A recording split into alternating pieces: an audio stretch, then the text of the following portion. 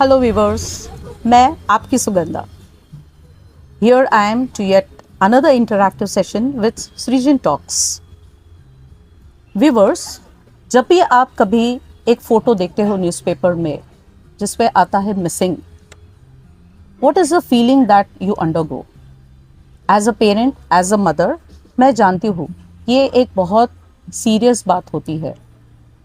आज हम सृजन टॉक्स के साथ डील कर रहे हैं एक पॉडकास्ट में जिसका टॉपिक होगा child trafficking. A serious issue Indeed. आप सबने स्मगलिंग के बारे में तो सुना होगा। आज हम कंसंट्रेट कर रहे हैं चाइल्ड ट्रैफिकिंग, जी हाँ, जिसको कहते हैं मॉडर्न स्लेवरी भी। Viewers, today we have with us doctor Kusum Bhatt, who is also known as Kusum Kanwal Bhatt. जी हाँ, एक सोशल एक्टिविस्ट है। नमस्ते कुसुम जी। नमस्कार। Kusum ji here is with Search My Child Foundation, which is also known as SMCF, a social activist, a motivational speaker, and a child rights activist. Kusum ji, एक simple सा सवाल है। मैं as a teacher, as a mother, मैं जानना चाहती हूँ आखिर चाइल्ड ट्रैफिकिंग है क्या और उसकी वजह क्या है। सुगंधा जी, आपने सुना होगा ना किसी जगह से कि एक बच्चा गायब हो गया, आज तक नहीं मिला।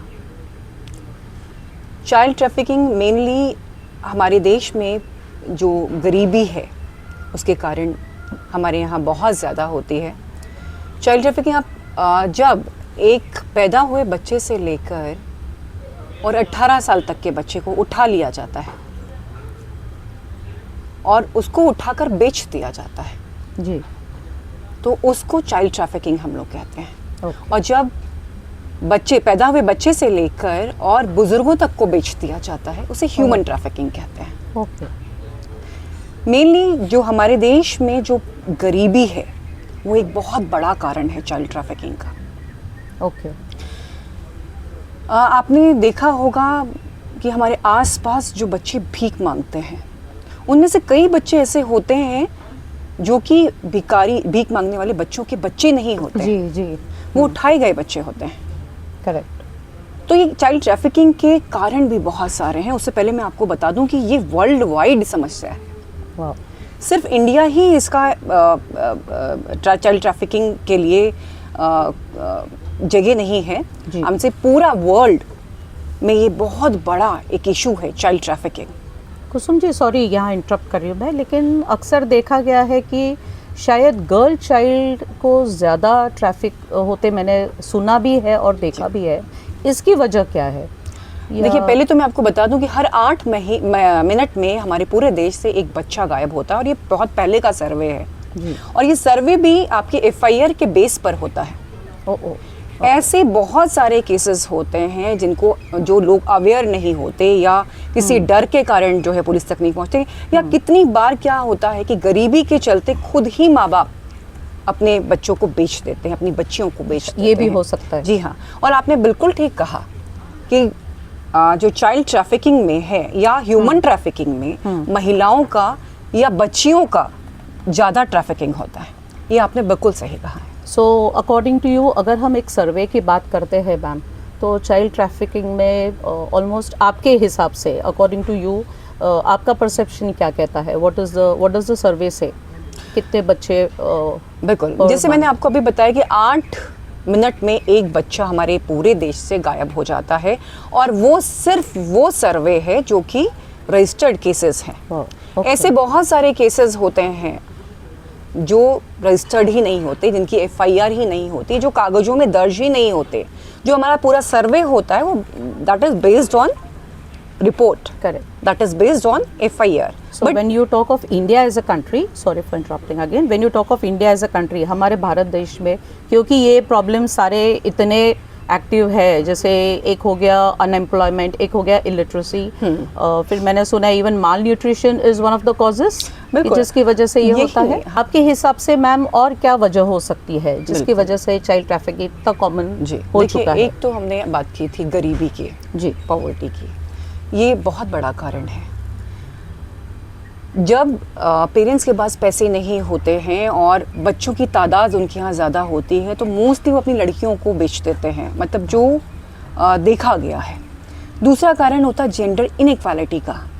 जी, कितनी बार क्या होता है कि बच्चों को घर में इक्वली ट्रीट नहीं किया जाता, और बच्चे जब प्यार की कमी से, सम्मान की कमी से, आप जानते कि हर किसी को सम्मान और प्यार की ज़रूरत है। बिल्कुल। तो जब बच्चों को वो प्यार, वो सम्मान घर में नहीं मिलता है तो वो बाहर इसकी उस ढूंढ में निकलते हैं। तो कितनी बार आपने देखा होगा कि जो 18 साल से पहले वाली जो बच्चियां हैं वो किसी ऐसे इंसान के प्यार में पड़ जाती हैं, उनके संपर्क में आ जाती हैं जो खुद ही जाकर उनको ट्रैफिक कर देते हैं। सो आपका मानना है शायद सोशल मीडिया भी इस चीज़ के लिए जिम्मेदार है? बिल्कुल बिल्कुल। सोशल मीडिया एक बहुत बड़ा एक कॉज है चाइल्ड ट्रैफिकिंग का भी, क्योंकि बच्चे बहुत इनोसेंट होते हैं जी।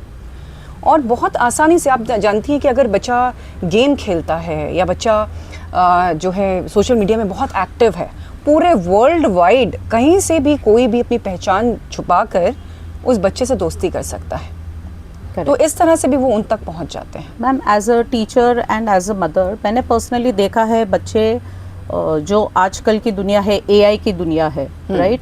बच्चों को लगता है हम बहुत मॉडर्न हो गए, हम बहुत पढ़े लिखे हैं क्योंकि हमें एआई आता है, हम चैट जीपीटी यूज़ कर रहे हैं, और इसका अननोइंगली इन्हें नहीं पता कि इसका कॉन्सिक्वेंसेस इनके क्या होते हैं। So any advice for the parents या me as a mom if I ask you, या टीचर्स के लिए कोई एडवाइस? बिल्कुल जी। मैं जहाँ तक पेरेंट्स की मैं बात करूँगी, आपका समय बच्चों के लिए बहुत कीमती है।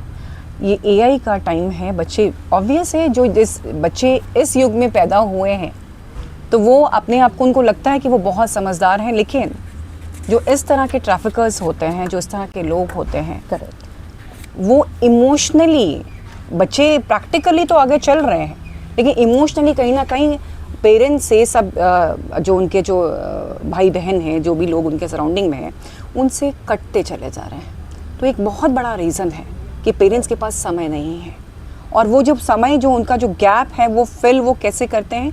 सोशल मीडिया पे करते हैं, एआई के थ्रू। तो खैर वो नॉलेज भी गेन कर रहे हैं, बिल्कुल, लेकिन सोशल मीडिया में वो जाकर एक क्लिक में, आप अगर फ़ोन आप बच्चे को दीजिए, एक क्लिक में अच्छा और बुरा दोनों ही वो देख लेते हैं। ज़रूर। तो ये बहुत ज़रूरी है कि पेरेंट्स को आकर जब आप वो बच्चे से मिलते हैं तो एक बहुत अच्छा क्वालिटेटिव टाइम उनके साथ स्पेंड करें, उनको बताएं कि क्या अच्छा है बुरा।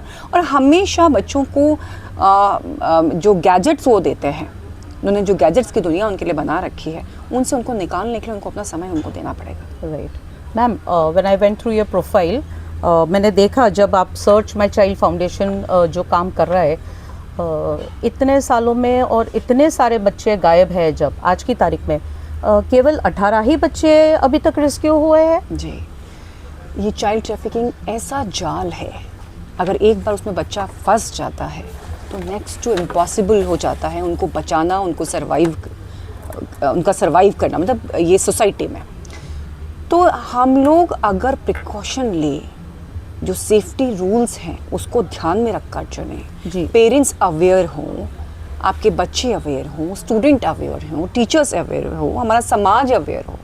अब आप कितनी बार आप देखती हैं ना कि हम रास्ते में चले जा रहे हैं लेकिन हाथ में फ़ोन लिया हुआ है, Correct. या कान पे हमने लीड डाला हुआ है, हम जा रहे हैं, बिल्कुल, या हम मेट्रो में बैठे हैं, ट्रेन में बैठे हैं, बस में बैठे हैं, बगल में एक बच्चा लिए हुए कोई औरत बैठी हुई है जो कि बच्चा उससे रिजेंबल भी नहीं करता, उस औरत से, correct, या उस आदमी से, हमको कोई लेना देना नहीं होता।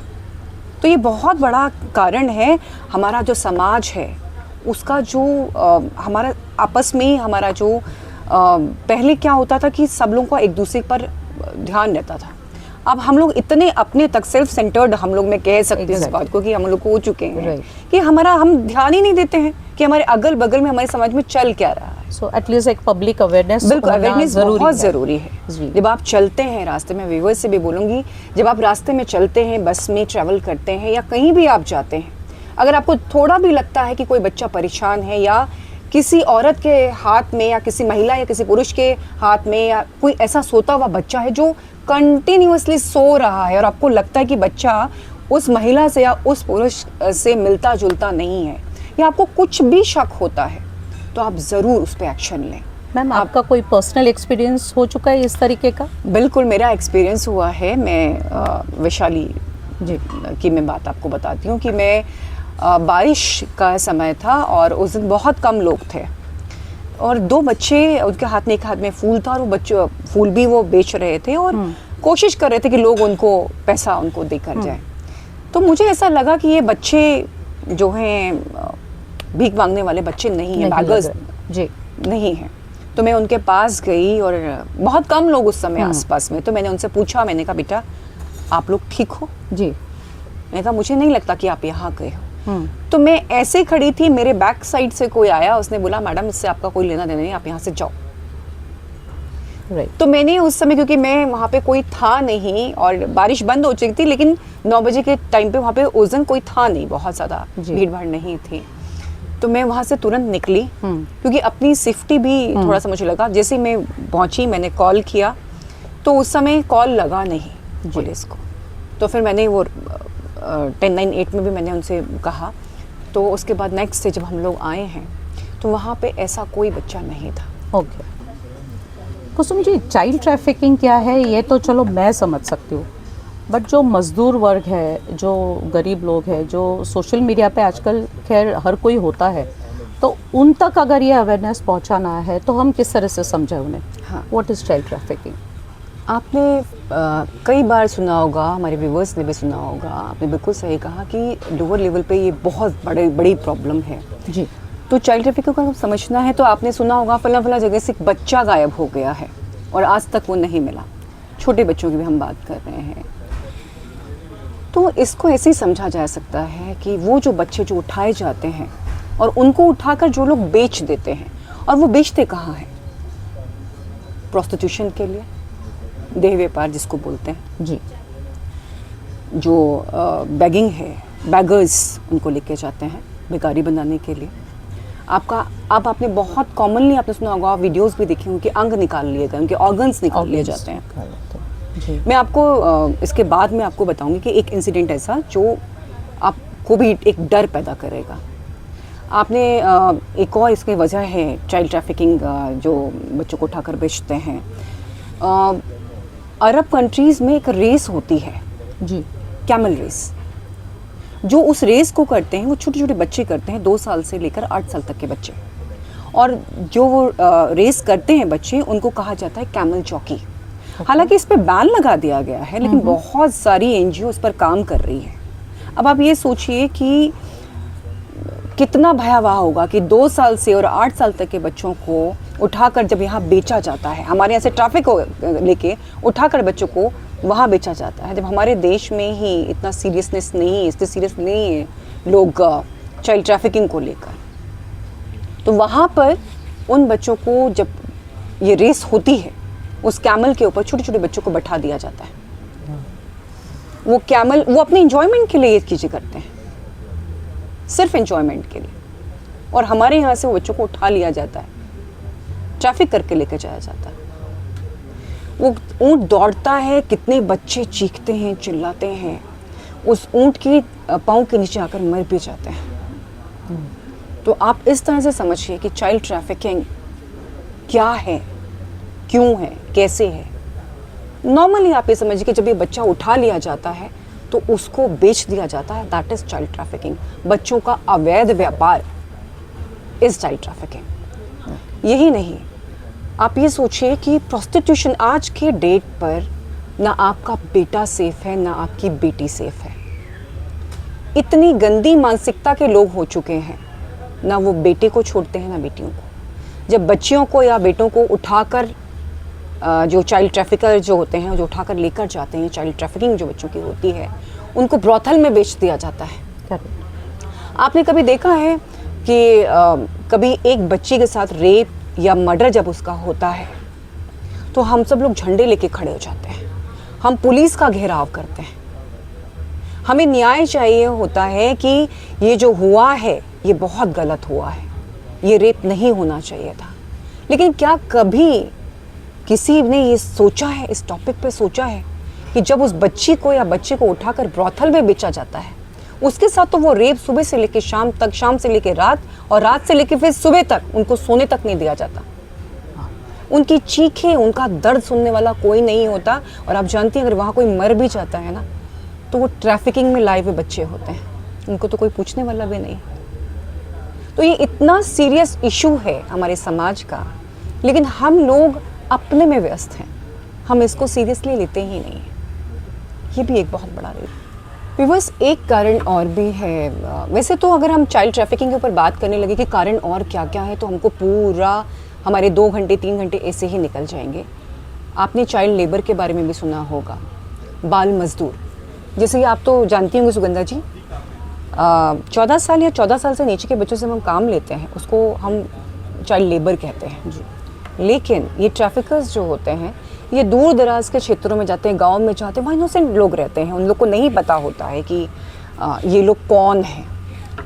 ये रेकी वहाँ पर जाकर करते हैं और देखते हैं कि जो पॉवर्टी जिस घर में है, वहाँ से क्या कोई अपना बच्चा बेच सकता है, तो वहाँ पर भी ये इस तरह का जाल फैलाते हैं। ये एक और कारण इसका मतलब एक और इसको ये इस तरह से लेकर जाते हैं कि वहाँ जाकर ये लोग बोलते हैं कि हम आपके बच्चों को, क्योंकि उनके पास पैसा नहीं होता, सर्वाइवल का इशू होता है उनका, तो वो जाकर उनके बच्चों को वहाँ से लेते हैं और बोलते हैं पेरेंट्स को कि हम आपके बच्चों को लेके जा रहे हैं और हम इनको काम देंगे, धंधा देंगे, और जिससे ये पैसा अर्न करेंगे तो आपका घर चलेगा। मगर ऐसा होता नहीं है सुगंधा जी। होता क्या है, ये बच्चों को ले जाकर चूड़ी बनाने वाली फैक्ट्री में बेच देते हैं, कारपेट बनाने वाली फैक्ट्री में बेच देते हैं, घरों में काम करने के लिए बेच देते हैं। तो इस तरह से क्या होता है, खेतों में जो बड़े बड़े खेत होते हैं ना सुगंधा जी, वहाँ पर ये बेच देते हैं। और जानती हैं कितने बच्चे जो कारपेट बनाने वाली फैक्ट्री होती है, वहाँ पे उनको टीबी हो जाता है, ट्यूबरक्लोसिस। कोई पूछने वाला नहीं होता, उनकी केयर करने वाला नहीं होता, खाना नहीं मिलता है, मारते हैं, पीटते हैं, सेक्सुअल अब्यूज़ उनके साथ होता है। लेकिन कौन बच्चे हैं ये जो ट्रैफिक करके लाए गए हैं, ट्रैफिकर्स लेकर आए गए हैं। तो ये बहुत बड़ा एक ये भी कारण है चाइल्ड लेबर का जी।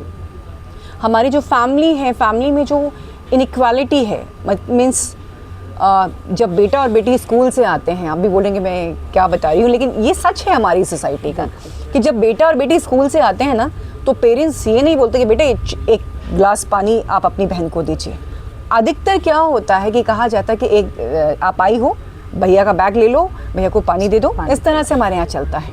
तो जो अनदेखी वहाँ पे बच्चियों की होती है, वो प्यार के मामले में हो या हर किसी भी तरह से हम लोग जब देखते हैं, जब वो अनदेखी होती है, तो जो बच्ची है वो अपने आप को अब जो गैप उसका इमोशनली जो इनसिक्योर हो रही है, वो उसको फुलफिल करने के लिए बाहर जाती है, किसी ऐसे बंदे से दोस्ती कर लेती है जो उसको ट्रैफिकिंग में बेच कर आ जाता है। मैं आपको एक एग्जांपल इसका देना चाहूँगी कि इंदिरापुरम में एक सोसाइटी में 25 लड़कियों को रेस्क्यू कराया गया। उसमें आप ये सोचिए कि नेपाल की लड़कियां भी थी और भारत की लड़कियां भी थी, और उसमें कुछ लड़कियां अफेयर होने के कारण लाई गई थी। उन लोगों ने कुछ लड़कियों को नौकरी देने का झांसा दिया था, और कुछ का अफेयर ऐसे लड़कों से हो गया था जो ट्रैफिकर्स थे। और वो जानबूझकर जाते हैं और वो इमोशनली, फाइनेंशियली इस तरह से उनको अपने चुंगल में फंसाते हैं और लाकर वहाँ बेच देते हैं। तो जब उन लड़कियों को वहाँ पे रखा गया था और इतना मारा पीटा गया था, 25 दिनों से वो लड़कियाँ वहाँ बंद थी, लेकिन उनकी इतनी हिम्मत नहीं थी कि वो चीखें या बोलें। उसमें 2 लड़कियों ने हिम्मत दिखाई और वो वहाँ से निकल के दूसरी सोसाइटी में गई। उसने जब बारे में बताया तो तब वो लड़कियाँ रेस्क्यू कराई गई। तो मैं आज की जो हमारी जो जनरेशन है, जो AI वाली जनरेशन है, वो शायद अपने आप को बहुत इंटेलिजेंट समझती हैं, लेकिन मैं उनसे भी बोलना चाहूँगी कि ऐसे लोगों के झांसे में आने से बचें। बच्चों को जो है अवेयर होना पड़ेगा और पेरेंट्स को भी साथ में अवेयर होना पड़ेगा। आप अपने बच्चों को टाइम दीजिए। आज की डेट पे आप जो गैजेट्स अपने बच्चों के हाथ में दे देते हैं, वो जो इमोशनली वो फुलफिल नहीं हो रहा है, जो उनकी नीड है, वो आपका प्रीशियस टाइम है। तो उनको टाइम दीजिए, उनको बताइए कि क्या सही है क्या गलत है। बताने की भी ज़रूरत नहीं, आप जैसे एक्ट करेंगे। सुगंधा जी, मैं आपसे एक बात कहना चाहूँगी कि जो हमारी फैमिली है वो एक बहुत इम्पॉर्टेंट रोल अदा करती है। आप भी जानते हैं, मैं भी जानती हूँ कि एक बच्चे का पहला जो स्कूल होता है वो उसका घर होता है जी, और जो पहले टीचर होते हैं वो उनके पेरेंट्स होते हैं, माता पिता होते हैं जी।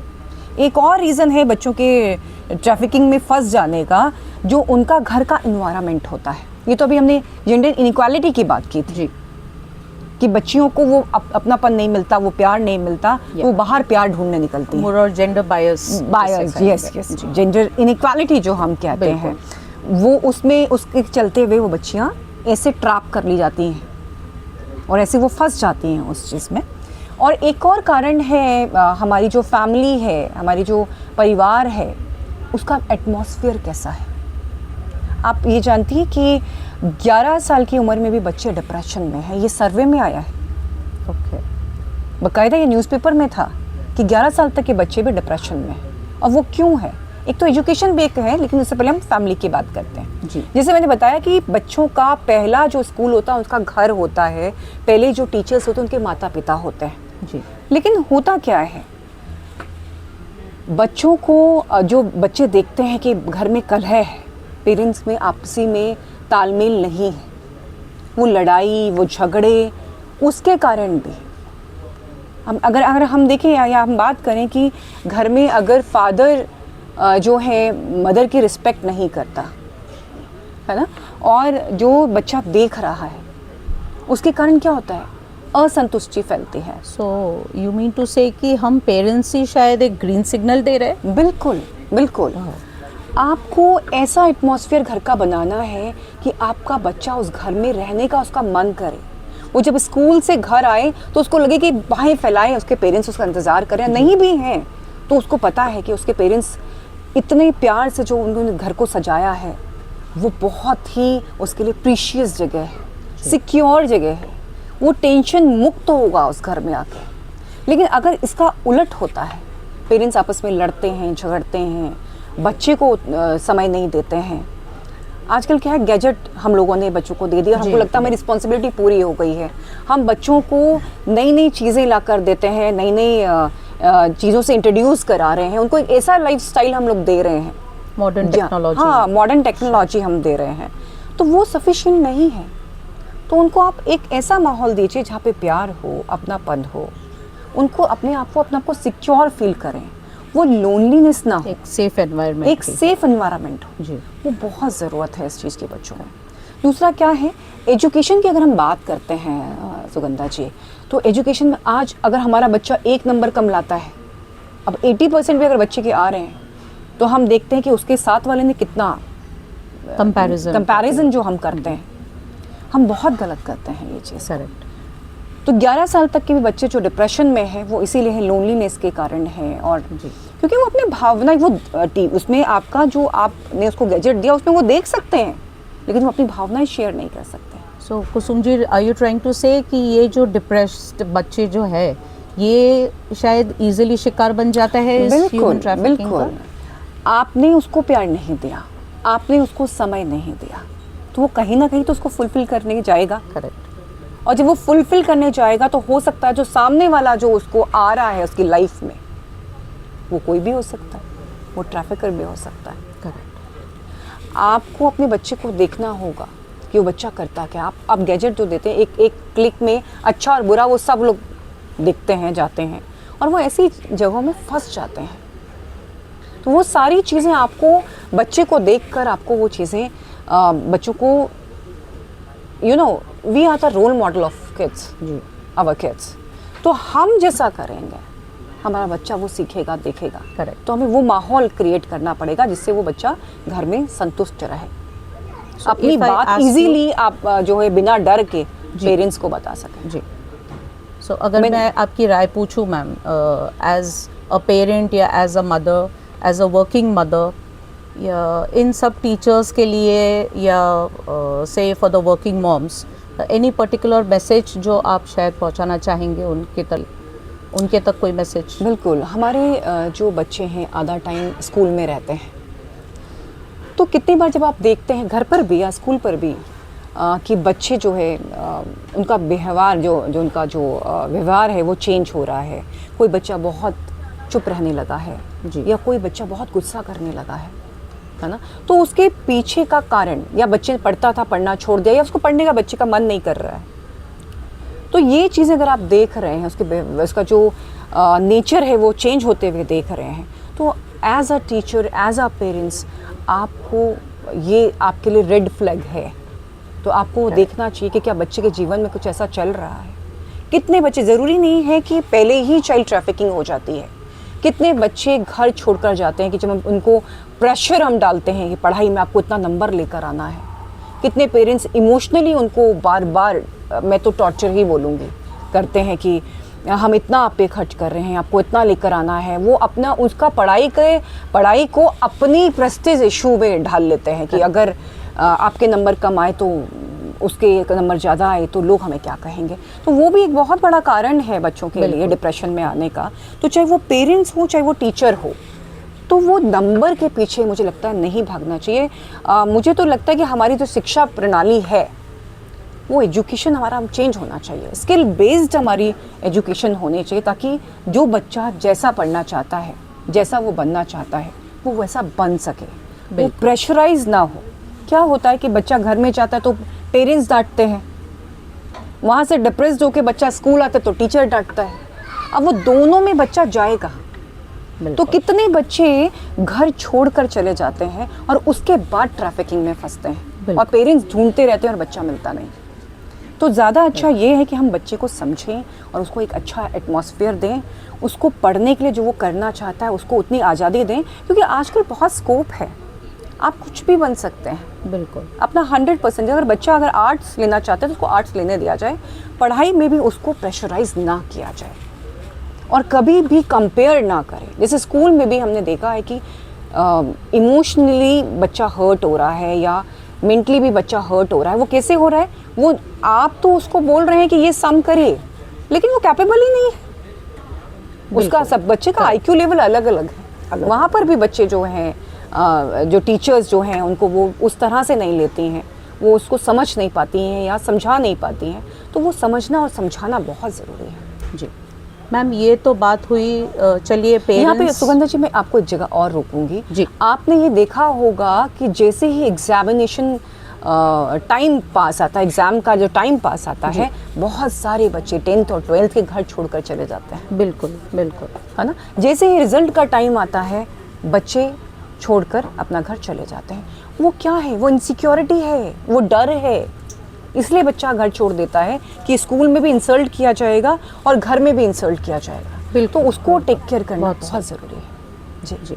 Okay, moving away from the societal pressure कहो आप, या पेरेंट्स का प्रेशर कहो, या उसका अपब्रिंगिंग कहिए, what if we shift towards the government sector, कि आपकी राय अगर मैं पूछूं तो aren't there enough laws to protect child trafficking? मैंने सुना है POCSO, of course all of us know POCSO is a very effective tool. फिर भी मैंने ये भी देखा है आपकी प्रोफाइल पढ़ते हुए कि you have applied for a separate cell, एक अलग से पुलिस सेल के लिए शायद आपने अप्लाई किया है। तो इसके बारे में कुछ कहना चाहेंगे? हाँ बिल्कुल, मैं कहना चाहूँगी। देखिए, मैं 3 फेज़ में काम करती हूँ जी। जो बच्चे गुम हो जाते हैं, पुलिस के थ्रू उनको ढूंढवाने का। दूसरा मेरा है, मुझे लगता है कि विदाउट अवेयरनेस कोई भी रेवोल्यूशन नहीं आता। बिल्कुल। तो अवेयरनेस का जो मैंने जो 10 सालों से कर रही हूँ, वो भी इसका बहुत बड़ा कारण है कि हमारे जब पेरेंट्स, टीचर, सोसाइटी हमारी अवेयर होगी तो बच्चे ट्रैफिक नहीं होंगे।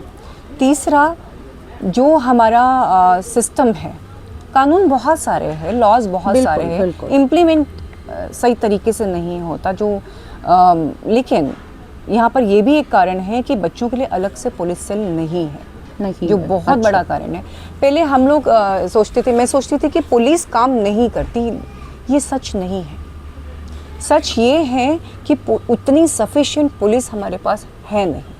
मतलब quantity, I am talking about quantity, की जितना होना चाहिए पुलिस डिपार्टमेंट में मैन पावर को, उतना नहीं है। और अगर अलग से पुलिस सेल होता तो वो सिर्फ बच्चों की सिक्योरिटी पे काम करता। ASTU अगर हम बात करते हैं तो वो 3 महीने 4 महीने के बाद एक्टिव होता है जी। जब हमारा बच्चा 24 घंटे में रेस्क्यू नहीं हो रहा है, 1 महीने में रेस्क्यू नहीं हो रहा, तो इतने महीने बाद वो कैसे मिल जाएगा? जो नहीं मिल सकता जी। दूसरा कारण कि लोगों को अवेयरनेस नहीं है। आपने 0 FIR सुना है? नहीं। बहुत सारे, मैं स्कूल्स में, कॉलेजेस में जाती हूँ, स्लम्स में भी जाती हूँ, सोसाइटीज़ में भी मेरे अवेयरनेस प्रोग्राम्स होते हैं, तो वो they are not aware of 0 FIR। Okay. क्या होता था पहले कि ये कानून बना हुआ है इसके लिए भी, जी। पहले क्या होता था कि जब दो पुलिस स्टेशन के बीच में कोई बच्चा गायब होता था तो यहाँ से वहाँ और वहाँ से यहाँ भेज दिया जाता था और रिपोर्ट टाइमली नहीं होती थी। उनको 24 घंटे का बोला जाता था कि 24 घंटे बाद जब बच्चा नहीं मिलेगा तो रिपोर्ट होगी। ये सब गलत है। अब क्या बना है कि 0 FIR मतलब आप ऑनलाइन भी तुरंत FIR कर सकते हैं और आप इंडिया के किसी भी कोने में हैं, आप किसी भी पुलिस स्टेशन जाइए, आपकी रिपोर्ट होगी FIR। अगर वो नाबालिग बच्चा है, माइनर है, 18 साल से पहले तक का है, तो तुरंत FIR होगी और तुरंत कार्रवाई होगी। लेकिन आपको FIR करानी होगी। जो FIR नंबर होता है वो जब तक बच्चा नहीं मिलता वो उसके बेस पर इंक्वायरी चलती है, ढूंढ चलती है, बच्चे की खोज होती है जी। तो ये बच्चों को, ये पेरेंट्स को नहीं पता। पहली बात जी। जो मैं अपने अब काम की मैं बात कर रही थी, ये भी हम लोग अवेयर करते हैं। और जो मैं अवेयरनेस की बात आपसे कर रही थी, मैं चाइल्ड ट्रैफिकिंग के बारे में भी पेरेंट्स से बात करती हूँ। उसी दौरान सारी चीज़ें जो मैंने अभी आपसे बात की थी वो सारी उसी दौरान आती हैं। और तीसरा जो मैंने कहा कि FTCRC, हाँ जी। तो ये जो पुलिस सेल है, जो मैंने अभी आपसे बात कर रही थी कि पुलिस काम करना चाहती है मगर उनके पास समय नहीं है। मैंने एक जो मेरा पहला केस था, कशिश रावत का केस था, उस समय क्या था कि जब मैं पुलिस के संपर्क में आई तो हुआ ये कि हमें पता चला कि आधा दिन पुलिस का कोर्ट में निकल जाता है। जब कोर्ट से पुलिस बाहर निकलती है तो उनके लिए सारे केसेस होते हैं, चाहे वो लड़ाई झगड़े का हो, ज़मीन जायदाद का हो या किसी बच्चे के गुम हो जाने का हो। जी। पुलिस के पास सारे केसेस होते हैं, लेकिन हमारे बच्चे हमारे लिए बहुत प्रीशियस हैं। तो मैंने यहाँ पर देखा कि हमारे बच्चे जो नहीं मिल पाते हैं, ये बहुत बड़ा एक रीज़न है जी। तो तब मैंने जो मेरी रिसर्च थी उसके अकॉर्डिंग मुझे लगा कि अलग से पूरे भारतवर्ष में अलग से पुलिस सेल होना बहुत ज़रूरी है। जी बिल्कुल। तो उसका मैंने नाम रखा fast track child rescue cell, FTCRC। Okay. उसमें बहुत सारी चीज़ें, बहुत सारी बातें हैं जो मेरी रिसर्च के टाइम पे आया कि सेंट्रलाइज डेटा होना चाहिए। माना हम दिल्ली की अगर हम बात कर लेते हैं या गुजरात की हम बात कर लेते हैं कि चलो यहाँ पे कानून ठीक है, यहाँ गुजरात में बच्चे कम गुम होते हैं, या दिल्ली के कानून की हम बात कर लेते हैं कि हाँ दिल्ली का कानून बहुत अच्छा है। लेकिन मैं ये हमेशा मैं लोगों से कहती हूँ कि क्या दिल्ली का गुम हुआ बच्चा दिल्ली में मिल जाता है? तो आंसर आता है नहीं, वो कहीं भी हो सकता है। इससे सेंट्रलाइज डेटा की हम बात करते हैं कि जैसे ही आपने किसी भी स्टेट से FIR कराई तो पूरे हिंदुस्तान में कनेक्टिविटी होनी चाहिए। जो सेंट्रलाइज डेटा एक जगह हो गया और कस्बे, शहर, हर जगह का कनेक्टिविटी वहाँ से होना चाहिए। थानों की अलग से FTCRC होना चाहिए, fast track child rescue cell होना चाहिए। और जैसे ही FIR आप कराते हैं तो बच्चे का जो उसकी डिटेल होगी वो पूरे भारतवर्ष में स्प्रेड हो जाएगी। इससे क्या होगा, बच्चों को ढूंढना आसान हो जाएगा। जो बाउंड्रीज होती हैं स्टेट की, पहले तो मैं कहती हूँ कि भारत का बच्चा मतलब किसी भी स्टेट का मतलब भारत का बच्चा। तो किसी भी स्टेट से अगर बच्चा गायब होता है तो हमें ये लेके चलना चाहिए कि ये इस स्टेट का नहीं, पूरे भारत का बच्चा है। तो जो बाउंड्रीज होती है वहाँ पर ट्रैफिकिंग ज़्यादा होती है, तो वो चीज़ें रुक जाएंगी। और कितनी बार क्या होता है कि एक जगह का क्राइम किया हुआ बंदा जब दूसरे स्टेट में जाता है तो उसके बारे में कोई जानकारी नहीं होती, क्योंकि वो तो पर्टिकुलर वहाँ का बंदा, वहाँ का जहाँ पे उसने क्राइम किया वहाँ का पुलिस उसके बारे में जानता है। लेकिन जब सेंट्रलाइज डेटा हो जाएगा तो जो बच्चा गायब है या किसी भी जो अपराधी है उसके बारे में जानकारी पूरी स्प्रेड हो जाएगी। मैं क्यों FTCRC को चाहती हूँ कि ये आए। मैं सेंट्रलाइज डेटा की उसमें जो पॉइंट्स हैं, सेंट्रलाइज डेटा की मैं बात कर रही थी कि जैसे मिसिंग बच्चे का उसमें आ रहा है उसी तरह से क्रिमिनल का भी आना चाहिए। मैं आपको एक इंसिडेंट बताती हूँ, बहुत ही व्यूअर्स जब सुनेंगे तो उनके रोंगटे खड़े हो जाएंगे। एक बंदा पकड़ा गया जिसने 10 बच्चों को मारा था, 10 बच्चियों का मर्डर किया था। सिर्फ मर्डर नहीं किया था, उसने रेप एंड मर्डर किया था। और वो पकड़ा कैसे गया, वो एक बच्ची उसने पत्थर के नीचे जो दबाई थी वो निकाली गई और किसी तरह से वो पकड़ में आ गया। जब उससे पूछा गया तो तब एक एक करके केसेस खुले हैं और तब पता चला उसने अलग अलग जगह पे कुल मिलाकर उसने 10 बच्चियों का रेप एंड मर्डर किया था, सोचे। तो हमने जब पुलिस को बताया, मेरे जो पत्रकार एक साथी थे उन्होंने पूरा डिटेल मेरे को शेयर किया। मैं गई क्योंकि हम कशिश रावत को ढूंढ रहे थे और वो मिल नहीं रही थी। तो मैंने कहा कि भाई बच्चा एटलीस्ट उसके बारे में कुछ इन्फॉर्मेशन तो मिले। तो जब मैं पुलिस से मिली, मैंने उनको पूरी इन्फॉर्मेशन दी। उसके बाद क्या हुआ, इलेक्शन आ गए। इलेक्शन आने के बाद पूरा डेटा जो दिया था वो वैनिश, सब गायब, मिला ही नहीं। जब मैं दोबारा गई हूँ तो बोला कि सारे जो ऑफिसर्स थे, जो पुलिस डिपार्टमेंट का जो ट्रांसफ़र हो जाता है सारा इधर से उधर जो चले जाते हैं, तो वो डेटा भी ख़त्म हो गया। इसलिए सेंट्रलाइज डेटा की ज़रूरत है। तो ये जब सेंट्रलाइज डेटा होगा तो वो हमेशा के लिए वहाँ पर स्टोर हो जाएगा डेटा। इसलिए हम चाहते हैं कि सेंट्रलाइज डेटा हो। पुलिस को ज़रिया, सुविधा, जानकारी पूरी मिलनी चाहिए। और लेकिन अगर कोई पेरेंट बोलता है कि पुलिस काम नहीं करती है तो उनको सज़ा भी मिलनी चाहिए। ये भी हमने उसमें प्राविधान हमने रखा हुआ है। हमने उसमें मांग करी है कि AI आजकल जो इतना अच्छा हमारे पास एक टूल, अब कह लीजिए आप, जो भी आप उसको बारे में कहेंगे वो कह लीजिए, तो AI हमारे पास जब है तो हम कितनी बार क्या होता है कि 1 साल का बच्चा गुम होता है 10 साल में मिलता है। तो AI के थ्रू हम पता कर सकते हैं कि 1 साल में बच्चा ऐसा दिखता था, वो नहीं कर सकते। तो अब पता करने के लिए DNA भी हम लोग इस्तेमाल कर सकते हैं, लेकिन वो बहुत कॉस्टली होता है। ये एक आसान तरीका है जिससे हम बच्चों का पता कर सकते हैं। तो इस तरह से हमने बहुत सारी चीज़ें उसमें डाली हैं। हमने एक और मैं आपको बताना चाहूँगी कि आधार कार्ड 5 साल के बाद देते हैं, उससे पहले नंबर पकड़ा देते हैं।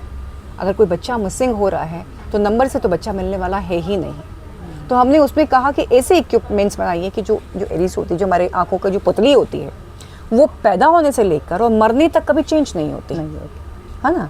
तो हमारे पास क्या है, हम ऐसे इक्विपमेंट्स हमारे पास होने चाहिए, सरकार को, गवर्नमेंट को बनाने चाहिए कि जैसे ही बच्चा पैदा हुआ वहाँ पे स्कैन कर लिया गया। एक हाथ आप पिताजी का ले लीजिए, एक आप माताजी का हाथ ले लीजिए। जब मदर फादर का हाथ आपने ले लिया, उसके फिंगर्स, क्योंकि क्यों लेने के लिए बोल रही हूँ, क्योंकि बच्चों के फिंगर्स का प्रिंट नहीं बनता, वो 5 साल के बाद बनता है। तो वो 5 साल के बाद फिर वो दोबारा उसको स्कैन करवा लीजिए, हमसे उसका ले लीजिए, इफेक्ट ले लीजिए, क्या बोलते हैं उसको, खैर बोल गए, बायोमेट्रिक्स। यस, तो 5 साल के बाद बायोमेट्रिक्स फिर से आप ले लीजिए। लेकिन उससे पहले तो अगर आप सिर्फ नंबर दे रहे हैं, हॉस्पिटलों से आपने सुना होगा कि काफ़ी बच्चे गायब हो जाते हैं, फिर हम कैसे पता करेंगे। इसलिए FTCRC में हमने इन सब चीज़ों को हम लोग लेकर चल रहे हैं, हम लोग बोल रहे हैं, बात कर रहे हैं। और इसको आपको बड़ी खुशी होगी जानकर कि इसको पार्लियामेंट में भी उठाया गया है FTCRC को। और अब जो है माननीय सुप्रीम कोर्ट ने भी इस पर बात करी है। लेकिन मैं सेटिस्फाइड नहीं हूँ। क्यों? पॉक्सो है हमारा, आपने अभी पॉक्सो की जैसे बात की थी, पॉक्सो प्रिवेंटिव नहीं है। पॉक्सो एक्टिव होता है क्राइम हो जाने के बाद। अच्छा। लेकिन हमें चाहिए कि जैसे ही हमारा बच्चा गायब हुआ, वैसे ही उसी मिनट से अगर बच्चा अगर नहीं मिल रहा है, आसपास भी नहीं मिल रहा है, तो पेरेंट्स तुरंत कंप्लेंट करें। अलग से FTCRC अगर बनती है, fast track child rescue cell अगर बनता है हर एक स्टेट में, हर एक गांव में, हर एक जगह पर, कस्बे में, तो जैसे ही पेरेंट्स को पता लगा कि बच्चा नहीं मिल रहा है, थोड़ा सा उनको आभास हुआ, तो वो तुरंत कार्यवाही, मतलब उसके FIR करवाएं और तुरंत कार्रवाई शुरू हो, ताकि बच्चे हमें इमीडिएट मिल पाएँ। चाहे वो बच्चा ट्रैफिकिंग के लिए उठाया गया हो, चाहे वो मॉलेस्टेशन के लिए उठाया गया हो, दोनों ही हाल में। आपने सुना होगा कई बार कि किसी बच्चे को आस पड़ोस में ही गया और वहीं पे उसके साथ जो है मॉलेस्टेशन हुआ और उस बंदे ने उस बच्चे को ख़त्म कर दिया। तो अगर FTCRC बनती है तो पॉक्सो का काम बहुत आसान हो जाएगा। उसको इतना क्राइम इतना नहीं बढ़ेगा, तो उनके पास इतना काम नहीं जाएगा। इसलिए FTCRC की नीड है, ज़रूरत है। तो इसलिए मैं FTCRC चाहती हूँ। ऐसे बहुत सारे पॉइंट्स हैं, एक पॉडकास्ट में हम लोग पूरा कवर नहीं कर सकते। तो बस ये जो मेन है, मैं उस वही आपसे मैं कह रही थी। फिर भी हमारी अवेयरनेस काफ़ी बढ़ा दी आपने जी। एक पॉइंट और मैं बोलूँगी, हम हमेशा पुलिस को दोष देते हैं, करेक्ट, लेकिन मुझे तो बहुत दया आती है। अब शायद आप बोलेंगे मैं क्या बोल रही हूँ। आप जानती हैं उनका DA 5-5 साल तक नहीं मिलता है उनको। तो ये भी एक बहुत बड़ा इशू है। अगर मुझे लगता है राष्ट्र के जो सेवा करते हैं, रक्षा करते हैं, एक उनकी देखभाल, एक किसान की देखभाल, उनकी ज़रूरत, और हमारी पुलिस की देखभाल ज़रूरत, वो पूरी होनी चाहिए। उनको अच्छा अमाउंट मिलना चाहिए, उनकी ज़रूरत पूरी होनी चाहिए। तो और अगर वो नहीं करते हैं, जैसे अगर मैं पुलिस की स्पेशली बात कर रही हूँ, वो तब काम नहीं करते हैं, तो सज़ा का प्रावधान भी होना चाहिए कि उनको सज़ा भी मिलनी चाहिए। जी, वो अपना काम नहीं करते तो। इसलिए मुझे लगता है कि FTCRC इज़ नीडेड, बहुत ज़रूरी है FTCRC। Correct. I am sure मेरे व्यूवर्स भी काफ़ी उत्सुक होंगे ये जानने के लिए। मैम, एक छोटा सा सवाल आखिर में कि जो बच्चे ट्रैफिकिंग से मान लो बच जाते हैं और रिटर्न होते हैं अपने पेरेंट्स को, क्या इन पे गुजरती है, या इनके ऐसे कहूँ तो इनके ऊपर जो साइकोलॉजिकल प्रेशर आता है, जो एक फिज़िकल चेंजेस होते हैं, इन चीज़ों को कैसे डील किया जाता है after their return to their parents? देखिए क्या होता है, जैसे कोई बड़ी बच्ची गायब होती है, माइनर की मैं बात कर रही हूँ, तो हम ये बोलते हैं कि वो बच्ची भाग गई होगी। पुलिस के पास भी आप जाएंगे तो उनका पहला यही रिएक्शन होता है कि वो लड़की का अफेयर रहा होगा और वो चली गई होगी। बिल्कुल, बहुत गलत। और जब वो वापस आती है, उसके साथ क्या गुजरी है तो वो सिर्फ वो बच्ची जानती है, लेकिन समाज उसको कैसे लेता है, उसको गलत तरीके से लेता है, गलत सोचता है। पेरेंट्स का डर, मैंने आप 18 बच्चों को रेस्क्यू कराया। आप बोलेंगे कि 10 साल में सिर्फ 18 बच्चे, तो मैंने आपको कहा था नेक्स्ट टू इम्पॉसिबल है। एक बार अगर ट्रैफिकिंग में फंस गए तो बहुत मुश्किल हो जाता है बच्चों को बचाना, वो भी छोटे बच्चों की मैं अधिकतर बात करती हूँ। यहाँ पे माइनर्स की बात करी तो पेरेंट्स, अभी एक न्यूज़ चैनल में मेरा इंटरव्यू आया था, काफ़ी नोन न्यूज़ चैनल है, उसमें मेरा इंटरव्यू आया था। तो मैंने सोचा था कि मेरे जितने लोग हैं, जितने बच्चों को मैंने रेस्क्यू कराया है, उन सबके पेरेंट्स को लेके मैं वहाँ जाऊँगी, वो अपने व्यूज़ शेयर करेंगे। आप यकीन नहीं करेंगे, वो मुझसे कह रहे थे कि मैम प्लीज़, बड़ी मुश्किल से हमारा बच्चा इससे बाहर आया है, आप इसको मत, आप फिर से दोबारा समाज के सामने हम नहीं लाना चाहते। हमने बहुत इसके लिए हमने सफ़र किया है, उसको वापस लाने के लिए, इतना ट्रॉमा से ये गुजर रहा था, उसको वापस लाने के लिए हमने बहुत मेहनत करी है, इतनी उसका जो है काउंसलिंग सेशन उसके इतने हुए हैं, तब जाके ये बच्चा पूरा हमारे पास वापस आ पाया है। तो वो नहीं चाहते थे कि हम उनको फिर से समाज के सामने लाएं और उनके ऊपर फिर से बातें शुरू हों। तो अब सिर्फ मैं एक फैमिली के बच्चे को मैं वहाँ पे फैमिली को मैं ले जा पाई, और एक उनको ले जा पाई जिनका बच्चा मिसिंग था। रोहान उसका नाम है। और मैं चाहूँगी कि ऐसे बच्चों को सीरियसली लिया जाए और उनको समाज में पूरी तरह से अपनाया जाए। वो लड़कियों को इस तरह से ताना नहीं दिया जाए, क्योंकि वो सिर्फ वो बच्चे जानती है कि उसके साथ हुआ क्या है। आप सिर्फ कयास लगा रहे हैं, आप सिर्फ उसको जो है इंजॉय करने के लिए आप उनका जो क्रिटिसाइज कर रहे हैं या उसकी बातों को स्प्रेड कर रहे हैं। तो बहुत मुश्किल होता है, इतनी ट्रॉमाटाइज वो बच्चे हो जाते हैं। जिस बच्चे की मैं बात करके उसको न्यूज़ चैनल में लेकर गए थे, और जो रोहान जो नहीं मिला है अभी तक, वो 3 साल का बच्चा उठा लिया गया था, 2.5-3 साल का बच्चा। तो आप ये सोचिए कि जब उस बच्चे के बारे में हम बात कर रहे थे, तो जो दूसरा बच्चा है जिसको हमने बचाया था, वो रोने लगा। उसको वो सारी चीज़ें रिकॉल हो गई जो उसके साथ हुआ था। जब वो बच्चा मिला था तो उसका पूरा बाल कटवा दिए थे, उसका पूरा हुलिया चेंज कर दिया था, उसको खाने को नहीं दे रहे थे, उसको वहाँ पे मारा जा रहा था। तो उसको वो सब रिकॉल हो गया और वो रोने लगा। तो उससे पूछा गया कि क्यों रो रहे हो आप? तो उसने कहा कि ये बच्चा नहीं मिलेगा ना तो उसके साथ बहुत बुरा होगा। तो आप सोचिए किस दर्द से वो गुजरते हैं। इतना आसान नहीं होता फिर से उनके लिए नॉर्मल हो जाना। जी, तो बहुत वो ट्रॉमाटाइज बच्चे हो जाते हैं। ऐसा नहीं है, नॉर्मल एक टाइम के बाद नॉर्मल आ जाते हैं, पर सबकॉन्शियस माइंड में वो उनके कहीं स्टोर रहता है। जी। सो आप सबने सुन ही लिया जो कुसुम जी ने हमें बताया, काफ़ी अवेयरनेस भी हुई आज ज़रूर। सो कुसुम जी, एक सीधा सा सवाल, अगर मान लो हम एक बच्चे को ऐसे देखते हैं जो शायद अकेला घूम रहा है, थका हुआ है, बीमार दिख रहा है, तो एक आम आदमी को आप ऑडियंस को बताएंगे कि हमें क्या करना चाहिए ऐसे केस में? देखिए, अगर आप देखते हैं किसी के साथ अगर आप उस बच्चे को देख रहे हैं, तो आपको इमीडिएट 1098 पे कॉल, अगर आपको लगता है वो चला जाएगा या भाग उसको ले चला जाएगा, या आपका बस नहीं चल रहा है उसे, या आपको शक है उस पर, तो आप 1098 पर कॉल कीजिए। और 1098 जी 1098 as a child helpline number जी। और अगर वो बच्चा आपको अकेला मिला है तो आपको तुरंत लेके नियर बाय किसी भी पुलिस स्टेशन पे आप जा सकते हैं। नहीं तो अगर आप किसी संस्था को जानते हैं तो आप उसको कॉल कर सकते हैं, उनसे हेल्प ले सकते हैं जी। So viewers, SMCF search my child foundation, इनके ये 10 नोटेबल ईयर्स के लिए ये जानना ज़रूरी है कि इनका कंट्रीब्यूशन अब तक क्या रहा है। Once these children are united with the parents, सबसे ज़रूरी होता है इनका एक रिहैब प्रोग्राम में जाना। इस NGO ने लगभग 2000 प्लस अवेयरनेस प्रोग्राम्स कंडक्ट किए हैं। इस NGO ने मोर दैन 6,65,000 चिल्ड्रन, पेरेंट्स और टीचर्स की भी मदद की हुई है। इन्होंने एक डोनेशन किया है, ना ही कपड़ों के रूप में बल्कि जूते, पढ़ाई के material. Almost 5,000 under privilege families की भी मदद इन्होंने की है। Kudos to the team at Search My Child Foundation and every such NGO that works selflessly. Well viewers, we hope we could solve all your queries related to child trafficking. हम उम्मीद रखते हैं कि आपके जो भी सवाल थे उसका जवाब हम ठीक से दे पाए हैं। अगर आपको कोई भी जानकारी चाहिए तो नीचे डिस्प्ले में सारे लिंक्स और डिटेल्स अवेलेबल है। The phone numbers are also available. ऐसे केस में अगर आपको कभी भी कोई शंका हो तो कृपया नीचे दिए गए हुए नंबर्स को संपर्क करिए, वरना please contact any nearest NGO। Please help a child to live. मैं तहे दिल से शुक्रगुजार हूँ कुसुम जी की।